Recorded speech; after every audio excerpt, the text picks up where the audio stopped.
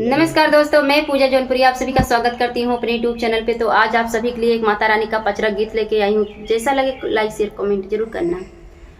बसवा कटाई माई बनेला पंडलवा, हे मायरिया हमारी ना, हे मायरिया हमारी ना, अब तू हमारे नागरिया, हे मायरिया हमारी ना, अब तू हमारे नागरिया, हे मायरिया हमारी ना। कैसे के आई सेवक तो हरे नागरिया, हो कि टूटी गईले ना, हो कि टूटी गईले ना, हमरे डोलिया के ओ हरवा, हो कि टूटी गईले ना, हमरे डोलिया के ओ हरवा, हो कि टूटी गईले ना।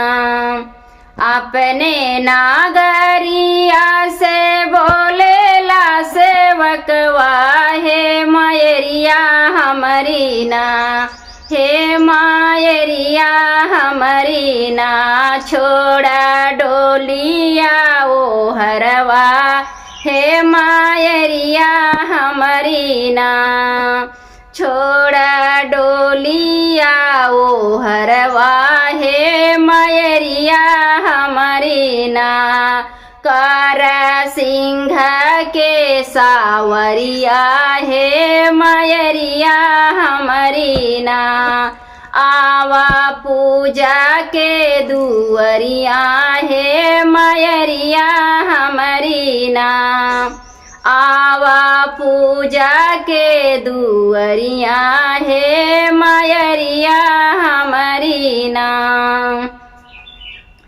बसवा कटाई माई बनेला पंडलवा, हे मायरिया हमारी ना, हे मायरिया हमारी ना, आवा हमारे नागरिया, हे मायरिया हमारी ना, आवा हमारे नागरिया, हे मायरिया हमारी ना।